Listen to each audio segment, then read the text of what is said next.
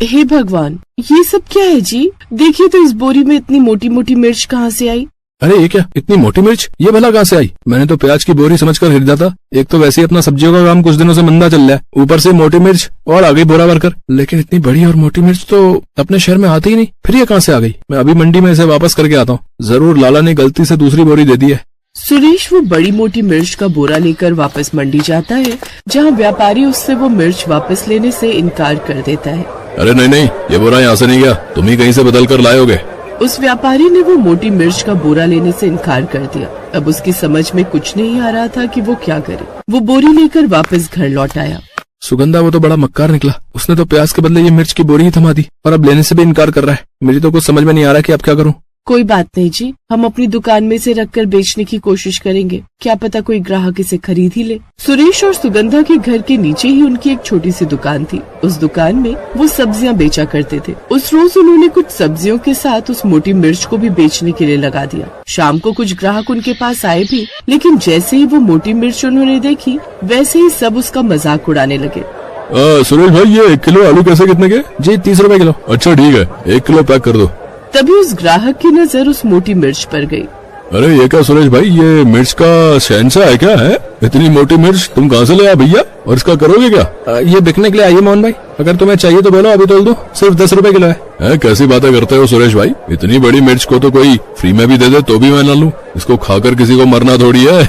ऐसे ही और भी ग्राहक उनके पास आए। सुगंधा बहन, ये इतनी बड़ी मिर्च कौन से पेड़ पर उगती है? इसे तो देखकर ही मुंह में जलन होने लगी। आज से पहले शहर में ऐसी मिर्च कभी नहीं देखी। ये तुम कहाँ से ले आई? नहीं, ये कोई ऐसी वैसी मिर्च नहीं है, बड़ी खास है। बस यूँ समझ लीजिए कुछ अलग बेचना था, इसलिए गुड्डी के पापा मंडी से इसे भी खरीद लाए। बोलो बहन, तोल दूं 1 किलो, इसका अचार बना लेना। अरे नहीं, इतनी मोटी मिर्च का अचार बनाऊंगी ना तो सुबह सुबह सब बाथरूम में बैठे हुए मिलेंगे, और वो भी मुझे 10 बातें सुनाते हुए। ये कहकर वो औरत भी वहाँ से चली जाती है। क्या करे सुगंधा, ये मोटी मिर्च तो कोई खरीदने को तैयार ही नहीं हो रहा। ऐसे तो ये सारी मिर्च सड़ जाएगी और सब पैसे बर्बाद हो जाएंगे। आप ठीक कह रहे हो, एक तो वैसे ही घर में खाने के लिए बहुत थोड़ा बचा है, और इस तरह से इनको बर्बाद करेंगे तो कितना नुकसान होगा। नहीं, हमें कुछ न कुछ तो सोचना पड़ेगा। क्यों न मैं इसमें उबले हुए आलू का मसाला भरकर इसके पकौड़े बनाऊं। यही सोचकर सुगंधा ने बड़ी बड़ी मोटी मिर्चें उठाई और उन्हें अच्छी तरह से पानी में धो दिया। वो ना तो ज्यादा तीखी थी और ना ही फीकी। इसके बाद सुगंधा ने उन्हें बीच से काट कर रख लिया। फिर कई सारे आलू उबाले और उन्हें मीन कर उसके अंदर अजवाइन, हल्दी, नमक, मिर्च आदि मसाले डाल दिए। फिर बेसन में डुबोकर करारे करारे तल दिए। उसकी खुशबू से अब पूरा घर महक उठा। सच में बहू, आज तो अपना घर क्या पूरा मोहल्ला इस खुशबू से महक गया। मैं अभी मंदिर से आ रही थी, जहाँ आस पड़ोस की औरतें अपने घर के बाहर खड़े होकर इस महक को सूंघे जा रही हैं और अच्छी महक आने की बातें कर रही हैं। आप हाथ धोकर आ जाइए, मैं अभी परोसती हूँ। कुछ देर बाद सुगंधा उन्हें मोटी मिर्च के पकौड़े परोसती है। अरे बहू, ये क्या, ये तो मिर्च के पकौड़े। नहीं माँ जी, ये बस दिखने में मोटी मिर्च है, लेकिन ये इतनी तीखी नहीं है, आप खाकर देखिए। सुगंधा के कहने पर जैसे उन पकौड़ों को मुंह में डालते हैं, उनकी खुशी का ठिकाना नहीं रहता। तभी सुरेश भी उस महक को सूंघते हुए दुकान से ऊपर घर पर आ गया। अरे सुगंधा, ये कैसी स्वादिष्ट महक आ रही है, आज ऐसा क्या खास बना दिया तुमने? बेटा, बहू ने उस मोटी मिर्च के पकौड़े बनाए हैं, तू खाएगा ना तो उंगलियां भी खा जाएगा अपनी, इतनी अच्छे बने हैं। सुगंधा ने जैसे ही सुरेश को वो पकौड़े परोसे तो सुरेश भी हैरान रह गया। ये तो ऐसा लग रहा है जैसे इससे अच्छी चीज मैंने आज तक नहीं खाई। ये तो कितने स्वादिष्ट बने। अगर सुगंधा हम सब्जियों की जगह दुकान में सिर्फ ये मिर्च के पकौड़े बेचे ना, तो देखना हमारी कमाई कितनी अच्छी होगी। क्या अभी, अब आप लोग बेकार ही मेरी तारीफ करना बंद कीजिए। वो लोग ये बात कर ही रहे थे कि तभी पड़ोस से और भी लोग उनके यहाँ आने लगे। अरे गायत्री, आज तेरे घर से बड़ी अच्छी महक आ रही है। सच कहूँ तो मैं खुद को आने से रोक नहीं पाई। बता तो आखिर बहू ने ऐसा क्या खास बनाया है? हाँ, तू 2 मिनट रुक जरा। बहू, उर्मिला बहन के लिए भी वो लेकर आना। सुगंधा उर्मिला को भी वो पकौड़े खाने को देती है, जिसे खाते ही वो भी वही बात कहती है जो सुरेश कह रहा था। उसके पकौड़ों की तारीफ करके वो वहाँ से चली जाती है। देखा बहू, इसका भी कहना वही है। हाँ माँ जी, मैं अभी काम करती हूँ, आस पड़ोस में भी ये मिर्च के पकौड़े बेच कर आती हूँ। क्या पता सबको पसंद आ जाए और ऐसे ही ग्राहक भी बन जाए। और सुनिए, हम कल से ही अपनी दुकान में ये मोटी मिर्च के पकौड़े बनाकर बेचेंगे। अब सुगंधा ऐसा ही करती है। फिर अगले ही दिन से वो अपनी दुकान में बनाकर उन्हें बेचने लगती है। आसपास के लोग उस महक से वहाँ खींचे चले आते हैं। सुगंधा बहन, कल जो तुमने ये पकौड़े चखाए थे वो तो हम सबको इतने पसंद आए कि जी चाह रहा था उसी वक्त तुम्हारे घर आकर और मांग लूं। लेकिन ये तुमने अच्छा किया जो दुकान में इसे बेचने लगी। अब जब हमारा दिल करेगा हम इसे खरीदने आ सकते हैं। हाँ हाँ बिल्कुल बहन, ये तुम्हारी दुकान है। कितने की है एक प्लेट सुगंधा? काकी 40 रुपए। तो फिर तो तू 2 प्लेट मेरे लिए पैक कर दे। इसी तरह और भी ग्राहक उनके पास आने लगे और अब उनकी अच्छी कमाई होने लगी। अब उन्होंने सब्जियों का काम बंद करके पकौड़ों का ही काम शुरू कर दिया, जिससे उन्हें अच्छी खासी कमाई होने लगी और अब दूर दूर के गांव से भी लोग उनके यहाँ पकौड़े लेने आने लगे। सुगंधा सही कहा है किसी ने, भगवान जो भी करता है हमारे अच्छे के लिए करता है। जिसे मैंने नुकसान समझा वो दरअसल भगवान की योजना थी, ताकि हमें उससे कहीं ज्यादा फायदा मिले। बिल्कुल सही कहा जी आपने। कल तक जो हमारी दुकान में रखी मोटी मिर्च का मजाक उड़ा कर जा रहे थे, आज वही उसके बने पकौड़े खाने के लिए लाइन में लगे रहते हैं। तभी सुगंधा को किसी की आवाज आती है, बहू 10 पकौड़े और दे दो, साथ में मीठी चटनी भी। जी काकी, बस अभी पैक कर देती हूँ। सुगंधा और सुरेश एक दूसरे की तरफ मुस्कुरा कर देखते हैं और फिर ग्राहकों को गर्मा गर्म पकौड़े तल कर देते हैं। अब वो दिन के 2 से 3 हजार रुपए आसानी से कमा लेते, जिससे अब उनकी गरीबी दूर होने लगी और अब वो लोग खुशी खुशी रहने लगे। किसी ने सच ही कहा है, भगवान जो भी करते हैं, किसी ने सच ही कहा है, भगवान जो भी करते हैं उसमें हमारी भलाई ही छुपी होती है। भले ये बात तुरंत समझ न आए, पर समय अपने आप सब साफ कर देता है। भरोसा रखिए, भगवान के घर भले ही देर है, लेकिन अंधेर बिल्कुल भी नहीं। वो जब देता है तो छप्पर फाड़ कर देता है।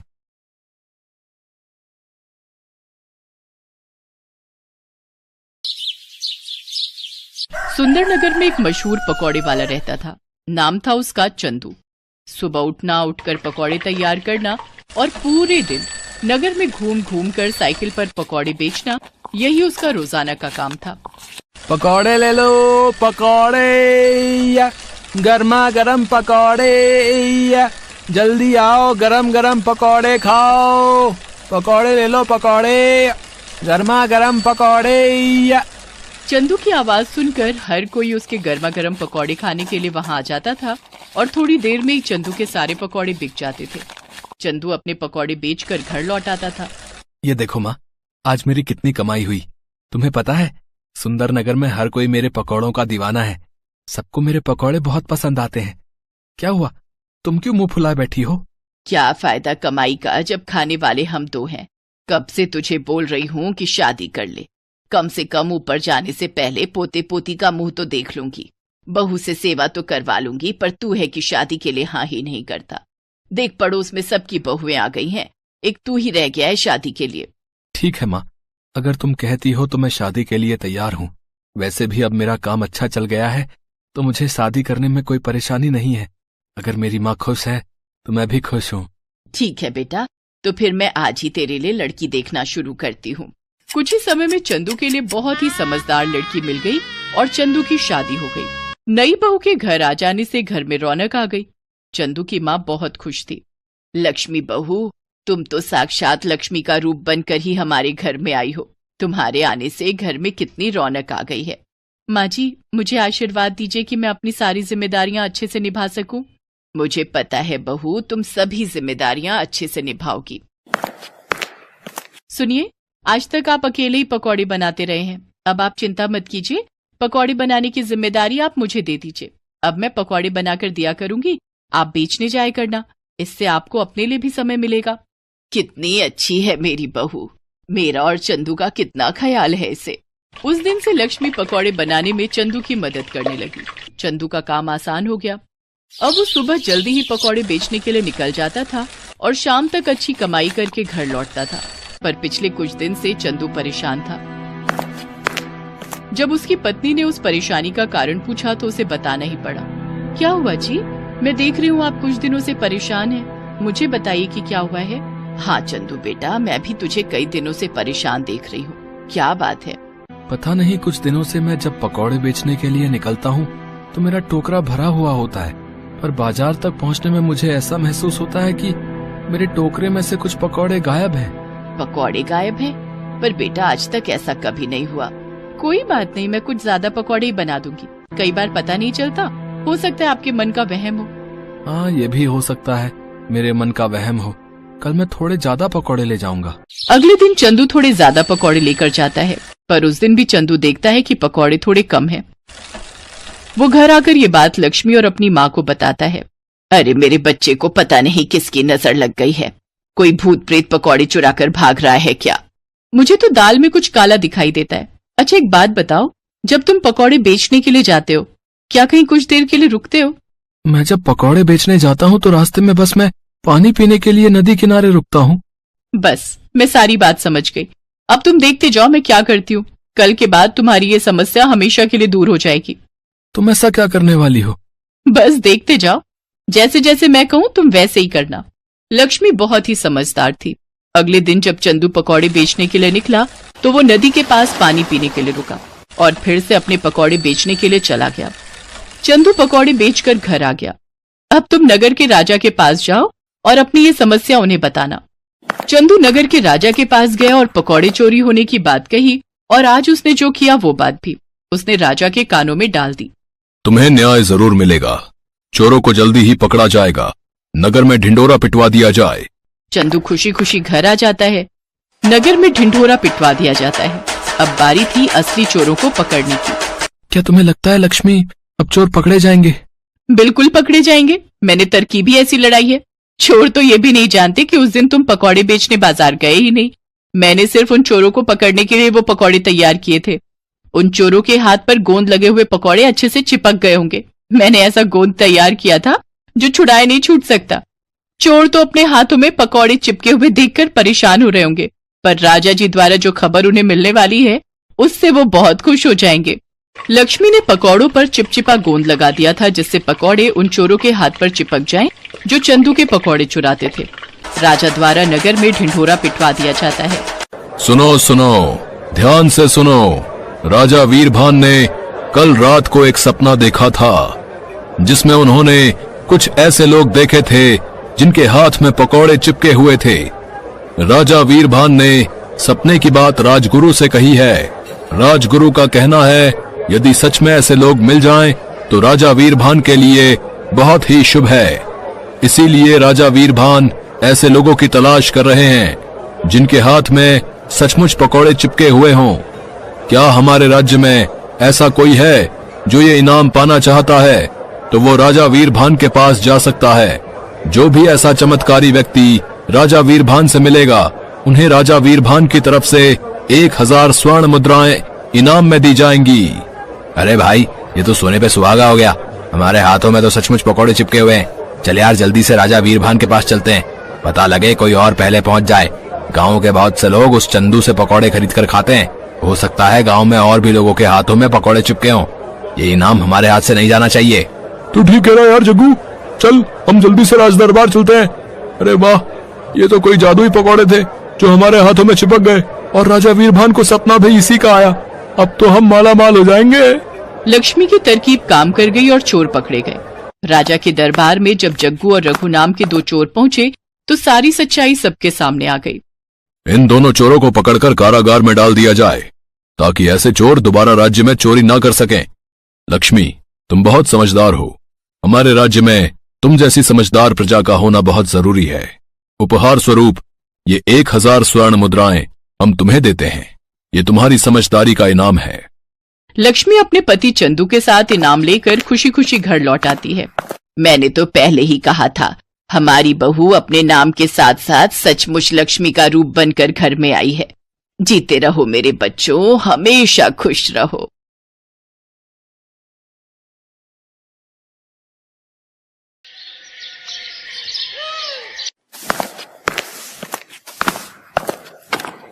कविता, तू अभी तक झाड़ू ही लगा रही है और जल्दी जल्दी से हाथ चलाना, इससे पहले कि तेरे दोनों भाई उठ जाएं। जी भाभी। तभी कविता की छोटी भाभी रश्मि वहां आती है। कविता, ये क्या, तुम्हारा साफ सफाई का काम अभी तक खत्म नहीं हुआ? अच्छा ये सब छोड़ो, तेरे भैया उठ गए, उनके लिए जल्दी से चाय बनाकर ले आ और हाँ, इसके बाद हम सबके लिए नाश्ता भी बना दे।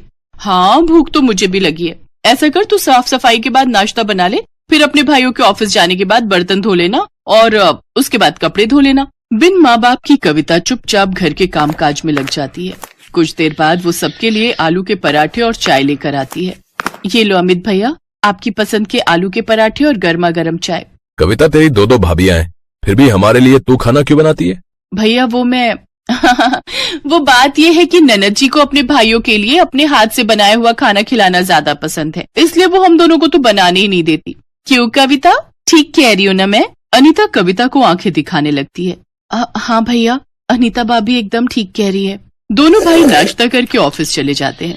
फिर दोनों भाभियां भी नाश्ता करने बैठ जाती हैं। आखिर में जैसे ही कविता नाश्ता करने बैठती है तो छोटी भाभी रश्मि उसकी कुर्सी खींच लेती है, जिससे कविता नीचे गिर जाती है। तेरी औकात नहीं है कुर्सी पर बैठ के खाने की, चल नीचे बैठकर खा।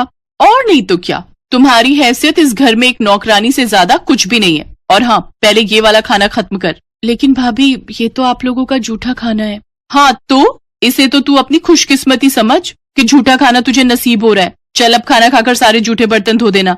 अच्छा रश्मि, तूने कल रात बिग बॉस का एपिसोड देखा क्या? नहीं भाभी, मिस हो गया। वैसे अभी रिपीट आ रहा होगा, चलो ना चलकर देखते हैं। हाँ चलो चलो। दोनों भाभियां आराम से अपने कमरे में जाकर टीवी देखती हैं और बेचारी कविता अकेले घर का सारा काम करती है। ऐसे ही दिन बीतते हैं। एक रोज हम दोनों भाइयों को काम के सिलसिले में दूसरे शहर जाना है। हमारे मालिक एक नई फैक्ट्री झारखंड में लगवाना चाहते हैं। हम कुछ 2 महीनों के लिए वहीं रहेंगे। तब तक तुम सब अपना ख्याल रखना, ठीक है? भैया आप दोनों मुझे छोड़कर जा रहे हो? जा कहाँ रहे हैं पगली, तेरे लिए ही तो मेहनत कर रहे हैं ताकि हमारा प्रमोशन हो जाए और हम तेरी शादी धूमधाम से कर सकें। ये सुनकर दोनों भाभियां मुंह बना लेती हैं। अपने पतियों के जाने के बाद तो अब वो दोनों कविता पर और भी जुल्म ढाती हैं। ऐसे ही एक रोज बाहर जोर की बारिश हो रही होती है। देखो भाभी, कितना सुहाना मौसम हो रहा है, क्या मजेदार बारिश हो रही है। हाँ रश्मि, और ऐसे मौसम में गर्मा गर्म चाय और पकौड़े हो तो मजा ही आ जाए। रुक, अभी उस महारानी को बोलती हूँ। कविता, अरे ओ कविता, कहाँ मर गई? जी भाभी, आपने बुलाया? वो मैं कपड़े उठाने गई थी। अच्छा ठीक है, चल अब जल्दी से हमारे लिए गर्मा गर्म चाय और पकौड़े बना कर ले आ। जी भाभी। कविता रसोई में जाकर पकौड़े बनाने लगती है। कुछ देर, हे राम, कहीं मैं पकौड़ों में नमक डालना तो नहीं भूल गई। एक चक्कर देखती हूँ। कविता जैसे ही एक पकौड़ा चखने लगती है तभी वहाँ उसकी छोटी भाभी रश्मि आ जाती है और वो उसे एक जोरदार थप्पड़ मारती है। बदतमीज, हमें जूठा खिलाती है, आज तो तू देख तेरी खैर नहीं। ये कहकर रश्मि उसे खूब मारती है। आवाज सुनकर अनीता वहाँ आती तो डर के मारे कविता अपनी बड़ी भाभी के पीछे छुप जाती है। भाभी मुझे बचा लीजिए। अब बस भी कर रश्मि, अगर ये मर गई तो हमें जेल में सारी उम्र बितानी पड़ेगी। एक काम करते हैं, इसे घर से निकाल देते हैं, नहीं तो पता चले हमारे पति जो भी कमा रहे हैं वो आकर इसकी शादी में उड़ा दें। हाँ, ये तो मैंने सोचा ही नहीं। ये बात ठीक कही आपने। दोनों भाभियां बेचारी ननद को धक्के मारकर बाहर निकाल देती हैं। बाहर तेज बारिश हो रही थी। भाभी मुझे घर से मत निकालो, इस बारिश में आखिर मैं कहाँ जाऊंगी। लेकिन वो उसकी एक नहीं सुनती और उसे घर से निकाल देती है।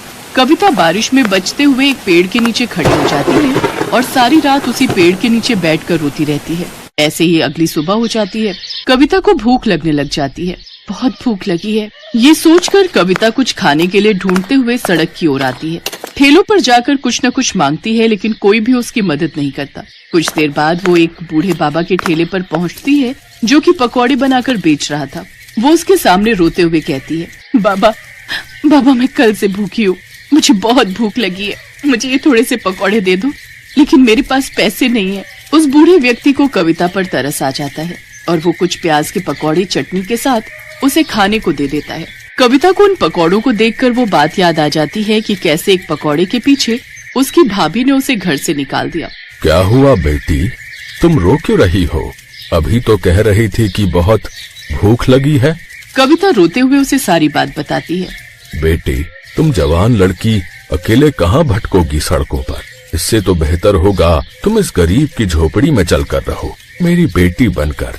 ऐसे कुछ दिन बीत जाते हैं। अब कविता उस बूढ़े बाबा के घर पर रहकर उसके खाने का ध्यान रखती, लेकिन एक रोज बूढ़े बाबा की तबीयत खराब रहने लगी, इसलिए अब उनकी जगह कविता उनके पकौड़ों का ठेला संभालने लगी। अब कविता उस ठेले पर प्याज के साथ मिर्च, आलू, पालक और गोभी के पकौड़े भी बनाकर बेचने लगी, जिससे उसके ठेले पर ग्राहकों की भीड़ काफी बढ़ गई। गर्मा गर्म पकौड़े खाने के लिए अब उसके पास लोगों की लाइन लगना शुरू हो जाती है। आइए गर्मा गर्म प्याज, आलू, पालक और मिर्च के पकौड़े खाइए। तभी मौसम सुहाना हो जाता है और इस सुहाने मौसम में भला कौन इतनी वेराइटी के पकौड़े नहीं खाना चाहेगा। अरे ओ पकौड़े वाली, बनाना तो 20 रुपए के प्याज के पकौड़े। हाँ, और मेरे लिए मिर्च के पकौड़े हैं। इस तरह उसके पास ग्राहकों की भीड़ लगना शुरू हो जाती है और जो भी उसके पकौड़े एक बार खाता वो बार बार जरूर खाता। भगवान की दया से मेरे बनाए हुए पकौड़े सब ग्राहकों को बहुत पसंद आ रहे हैं। अगर मेरा ये काम ऐसे ही चलता रहा तो बहुत जल्द मैं एक नया पक्का घर बनवा लूंगी। ये सब सोचकर कविता बहुत खुश थी। अगले दिन वो फिर अपना ठेला वहाँ लगाती है, लेकिन एक रोज तेज तूफान के आने के कारण उसके ठेले की छत उड़ जाती है और बारिश के कारण उसके सारे पकौड़े उसमें खराब हो जाते हैं। सब खत्म हो गया। इस बारिश ने सब खराब कर दिया। इस बारिश ने एक तरफ जहाँ कविता को रोजी रोटी कमाने से भी वंचित कर दिया था, तो वहीं दूसरी ओर उसकी दोनों भाभियां आराम से अपने लिए पिज्जा और पॉपकॉर्न ऑर्डर करके मजे से इस बारिश का लुत्फ उठा रही थी। वाह वाह, क्या स्वाद है इस पिज्जा का, और इस पॉपकॉर्न के तो क्या ही कहने। उधर रोती हुई कविता अपनी झोपड़ी में आती है, जहाँ सारी झोपड़ी में पानी आ गया होता है। अब पूरे घर में तो बारिश का पानी भर गया है। बाबा, मैं अभी ये सारा पानी उठाकर बाहर फेंक देती हूँ। कविता अपनी बदकिस्मती पर रोते हुए उस पानी को उठाकर बाहर की ओर फेंकने लगती है। कुछ देर बाद वो उस बूढ़े बाबा की ओर देखती है। नहीं, मैं इतनी जल्दी हार नहीं मान सकती। बारिश में तो लोग पकौड़ों के दीवाने होते हैं। ये बरसात का मौसम तो सबसे अच्छा मौसम है कमाई करने का, लेकिन मैं इसके पकौड़ों के साथ चाय बनाकर भी बेचूं तो? मेरे पास कुछ पैसे रखे हैं, उससे फिर से शुरू करती हूँ। कविता ने हिम्मत नहीं हारी और उसने अपने ठेले की मरम्मत करवाई और एक बड़े से तिरपाल के नीचे चाय पकौड़े बेचने लगी। बारिश में लोग उसके तिरपाल के नीचे आकर चाय पकौड़े खाने लगते हैं, जिससे उसकी बिक्री अब पहले से भी ज्यादा होती है। ऐसे ही कुछ दिन बीत जाते हैं। अब कविता दिन भर में 3000 रुपए कमाने लगी। एक रोज अमित और सुधीर कार से जा रहे थे, तभी उस ठेले पर उनकी नजर गई। अरे, ये तो अपनी बहन कविता है, लेकिन ये यहाँ फुटपाथ पर ये चाय पकौड़े क्यों बेच रही है? वो दोनों कविता के पास जाते हैं। अपने भाइयों को देख कविता फूट फूट कर रोती है। भैया, आप मुझे छोड़कर क्यों चले गए थे? देखो आपके बिना मेरी हालत कैसी हो गई है। लेकिन बहन, तुम्हारी ये हालत कैसे हुई? इसके बाद कविता सारी बात अपने दोनों भाइयों को बताती है। अमित और धीरज गुस्से में घर आते हैं। अनीता, अनीता, कहाँ हो तुम? लौट आए आप लोग? आप रुको, मैं अभी पानी लाती हूँ। लेकिन तुम क्यों लाओगी? वो कविता का है, उससे कहो। अब हम आपको क्या ही बताएं, उसने तो हमारी नाक ही कटवा दी। वो तो किसी लड़के के साथ भाग गई है। ये सुनते ही अमित ने अनीता को जोरदार थप्पड़ मारा। शर्म नहीं आती झूठ बोलते हुए? हैं? दो भाइयों के होते हुए भी आज हमारी बहन को न जाने कैसे कैसे अपना पेट पालना पड़ रहा है, हैं? सुन लो, तुम दोनों के लिए अब हमारे घर में कोई जगह नहीं है, निकल जाओ यहाँ से। उन दोनों भाभियों को अपनी गलती का एहसास हो जाता है और वो अपनी ननद से माफी मांगते हैं। इसके बाद कविता अपनी दोनों भाभियों को माफ कर देती है, जिसके बाद वो उस बूढ़े काका को भी अपने घर ले आती है। अब वो अपने पकौड़े के बिजनेस को और भी आगे बढ़ाती है। एक बड़ा सा रेस्टोरेंट खोलकर उसमें पकौड़े बेचकर खूब कमाई करती है।